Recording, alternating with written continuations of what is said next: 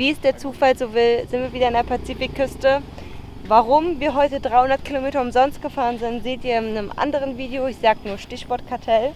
Und ja, jetzt sind wir zufällig an einer Aufzuchtstation Community für Schildkröten gelandet, im Dunkeln. Und ja, wir führen jetzt ein kleines Interview mit den Inhabern von hier, von der Community und zeigen euch mal, was die hier so Tolles zaubern. Auf jeden Fall besser, als wo wir vorher waren, in Punta Ixtal, wo ja alles naturbelassen war. Okay. Herzlich willkommen hier auf Dino Adventure. Nachdem wir eigentlich, zumindest vorerst, mit der Pazifikküste Mexikos abgeschlossen hatten und schon wieder auf dem Weg ins Landesinnere waren, mussten wir nach ca. 150 Kilometer wieder umkehren und einen 500 Kilometer langen Umweg in Kauf nehmen. Weshalb das notwendig war und was genau passiert ist, werden wir euch im nächsten Video noch genau erklären. Wieder zurück an der Küste angelangt, fing es langsam an dunkel zu werden und wir hatten uns einen Platz zum Übernachten gesucht. An einer unscheinbaren Einfahrt mit einem kleinen Schild Playa dachten wir schauen mal, ob wir hier am Strand übernachten können und sind dort zufällig auf dieses Schildkrötencamp gestoßen. Wie es der Zufall so wollte, trafen wir dort die belgische Meeresbiologin und Fotografin Thuy de Roy an, welche aktuell dort war, um Informationen zu sammeln und Bilder für ihr neues Buch über die 7 Arten der Meeresschildkröten zu schießen.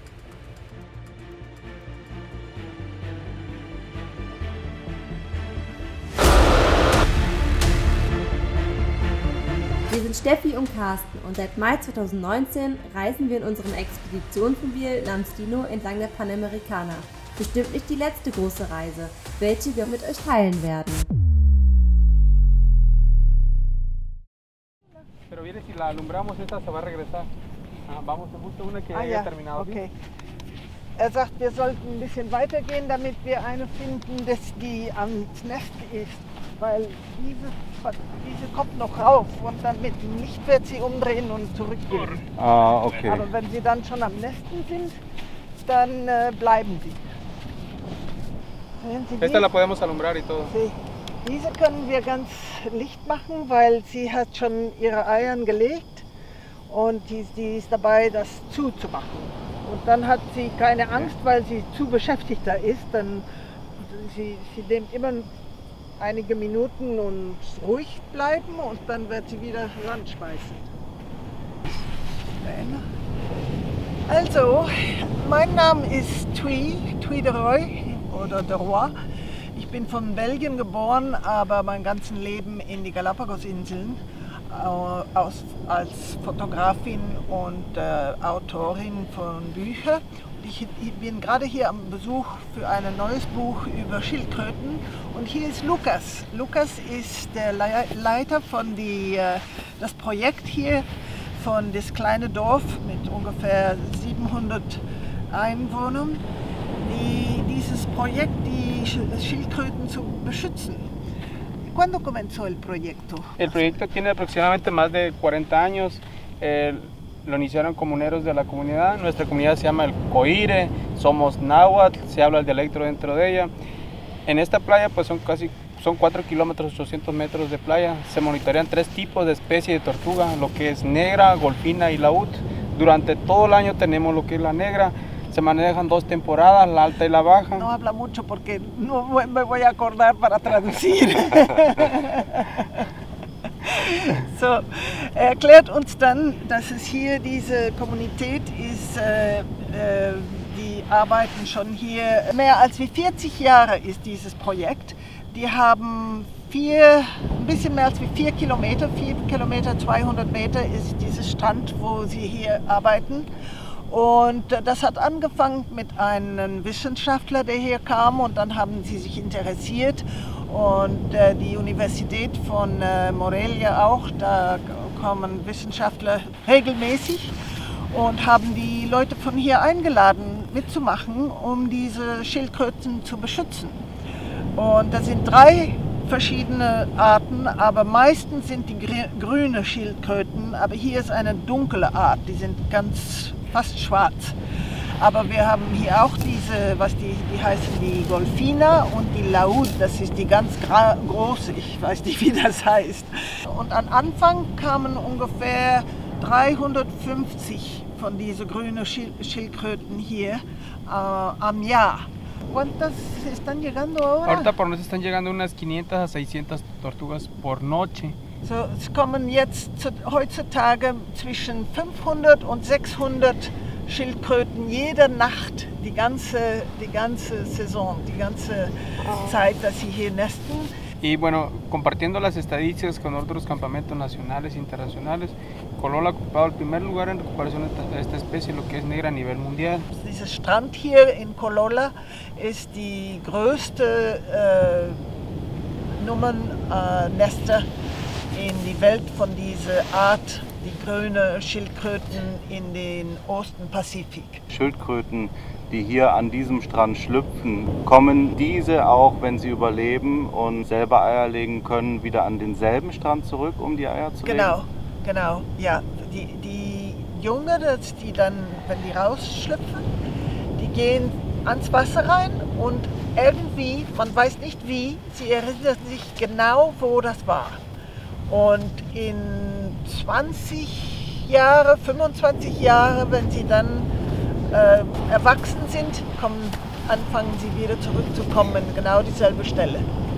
Welche Art von Gefahren besteht bei den Schildkröten? ¿Cuáles son los mayores peligros que encuentran aquí? Mira, siendo pequeñitas, hay varios depredadores. Al salir las crías, que tardan entre 45 y 60 días en eclosionar el nido, al salir aquí nacen al 100% al agua, desde aquí al agua llegan entre el 40 al 45, el resto es depredado por los zorrillos, los cangrejos, las gaviotas.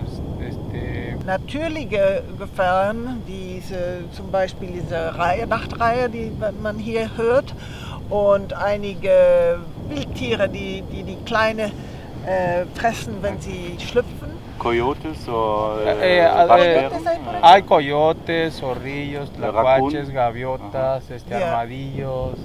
Mehr oder weniger sind 45%, die natürlich entschlüpfen. Aber in den Vivero dann haben sie bis 75%, die überleben. Pero el problema digamos, también antes había más depredación humana, ¿no es cierto? Es cierto, en el 74 el gobierno otorgó un permiso a las cooperativas pesqueras para comercializar lo que es la carne y el huevo. Duró como dos años más o menos, se extinguieron las tortugas. Entonces la comunidad se organizó como por 4 años. De ahí en 1982 se integró la Universidad Michoacana. Ja, sagt, dass in die 1980 ungefähr, die Regierung hat eigentlich an die Fischerindustrie oder lo que era la carne y el huevo. Fischindustrie, ja.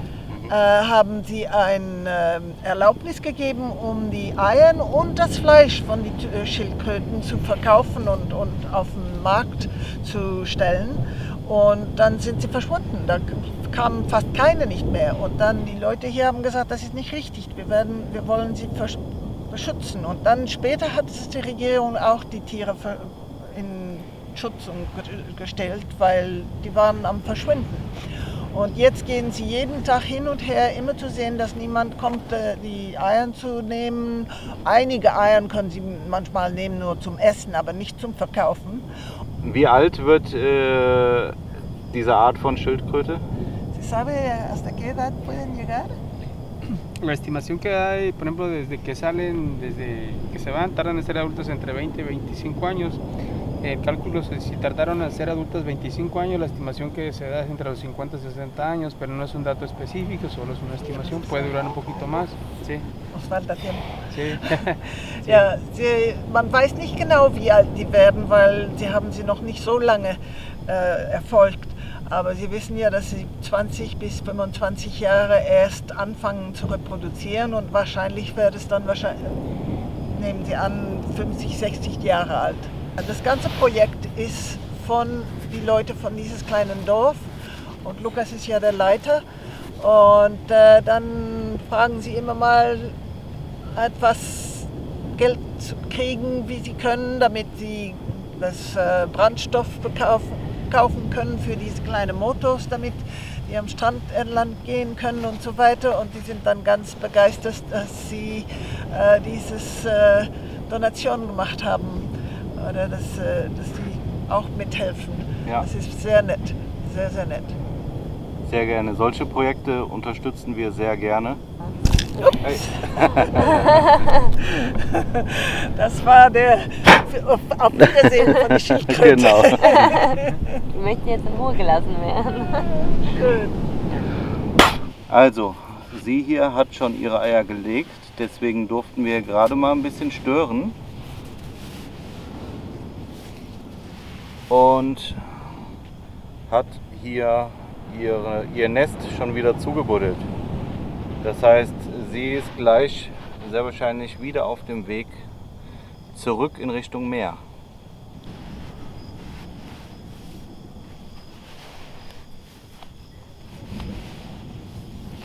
Ist das möglich, eine Schildkröte zu finden, die Eier ablegt? Sí, vamos para allá, sí. Wir werden mal sehen, ob wir eine finden.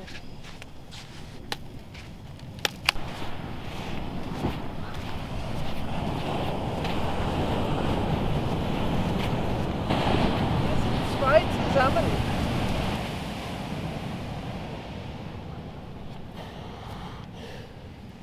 Die männlichen Schildkröten kommen niemals an den Nee, Strand? die kommen nicht am Strand. Die sieht man tagsüber gerade dicht bei.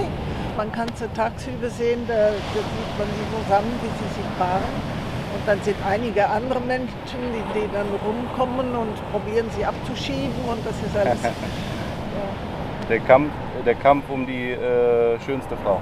Ja, das stimmt. Aber die Menschen, die bleiben ein ganzes Jahr hier in dieser Umgebung. Die gehen nicht weg. Die Weibchen gehen mehr im Süden, um mehr Futter zu finden. Okay. Was fressen die Schildkröten hier? Meisten Seetang, aber auch andere, wie heißt das? Korallen? Nee, like Jellyfish. Quallen. Quallen, ja. Jellyfish. Ja. Aber die sind meisten Grünzeug. Vegetarier. Vegetarier. Vegetarier. Das siehst du, wie sie mit die Flosse dann ganz so wie in der Hand rausnimmt. Und dann geht die andere Flosse rein und damit machen die das Loch ganz schön rund.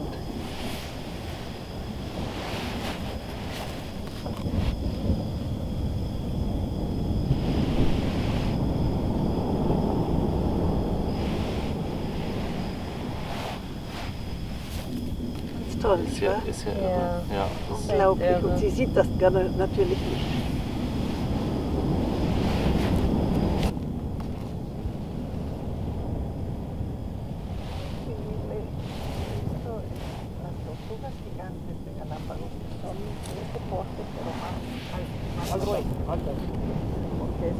Er macht das ein bisschen auf, damit wir sehen können, aber sie hat das dann ganz vorsichtig erstmal so ganz tief gemacht. Und dann macht sie das so wie ein Topf, die Form, ganz schön rund. Und jetzt beruhigt sich ein bisschen und bald wird sie anfangen, die Eier zu legen. Jetzt können Sie besser sehen. Und dann machen wir das später wieder zu. Ja, sehen Sie, da kommen schon die Eier.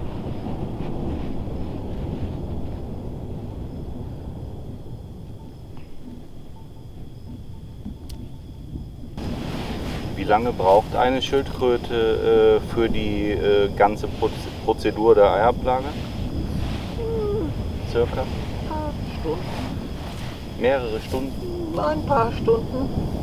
Okay. Zu sehen, manchen machen das langsamer und andere schneller, aber ich glaube gewöhnlich so 2, 3 Stunden. Aber oft suchen sie die korrekte Stelle. Wie sie das genau finden, weiß man nicht genau, aber dann probieren sie das Sand und dann machen sie ein kleines Loch und das ist dann nicht, die Feuchtigkeit ist nicht ganz richtig und dann gehen sie weiter und probieren immer wieder mal und dann sieht man manchmal, wo sie ganz rumgelaufen sind. Ja, die probieren viel, bis die dann die gute Stelle finden. Aber heute, glaube ich, ist es besser für ihn, weil es nass ist. Nass ist, Ah ja, wenn es heute hat es regnet. ein bisschen geregnet. Ja, dann ist es, weil das ist schwierig für dieses tiefes Loch zu machen, wenn das Sand zu trocken ist. Jetzt ist sie mit der Eiablage fertig und jetzt hat sie das Loch schon wieder zugemacht. Pero se fueron a Ixtal y les pareció muy triste la situación allá. Muchas tortugas muertas, gente. Er sagte mir gerade, das ist eine Organisation in den Staaten, die hat angefangen mitzuhelfen und haben die Kinder 50 Cent von einem Peso, ein halbes Peso bezahlt für jeder Ei, das sie bringen zum Vivero, wo die da aufschlüpfen. Und heutzutage nehmen sie nur die Eier von ganz am Ende vom Strand, wo vielleicht Leute ankommen könnten und die zu stehlen. Und auch die Schildkröten, die dann gerade vor die Häuser nesten, dann nehmen die davon auch die Eier zurück, damit sie hier in diesen Vivero, wie das heißen, aufschlüpfen können, weil dort gibt es zu viele Hunde und viele Leute und so, dann das ist nicht eine gute Stelle. Und er war ein kleines Kind, hat das mitgemacht und jetzt ist er der Leiter als aufgewachsen. Sehr schön. Ja. Muy bien. Muy bien trabajo. Muchas gracias por eso. Ustedes saben que visiten Corola.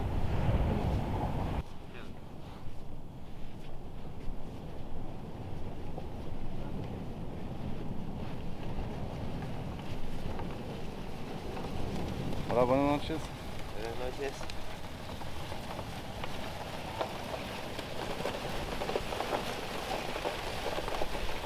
Muy activo. ¿Verdad? Qué bonito.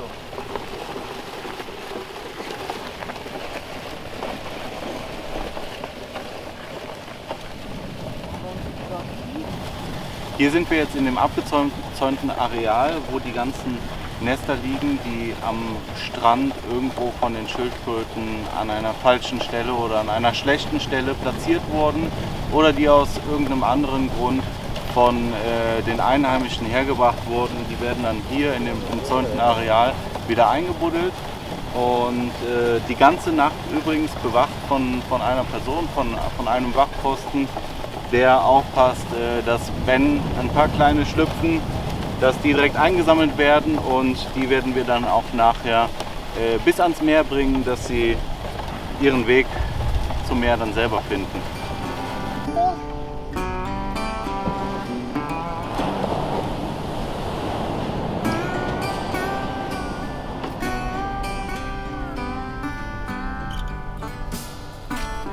Been walking round in circles, wondering where to start.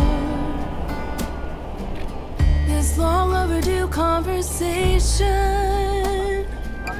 right, we're falling apart. Awake, tossing and turning, one more endless fight. Since I heard you were talking to someone else last night, thank you for making it easy to leave. Thank you for letting me know how I feel. Die Kleinen folgen dem Licht, deswegen steht er da mit der Taschenlampe und geht langsam weiter Richtung Meer.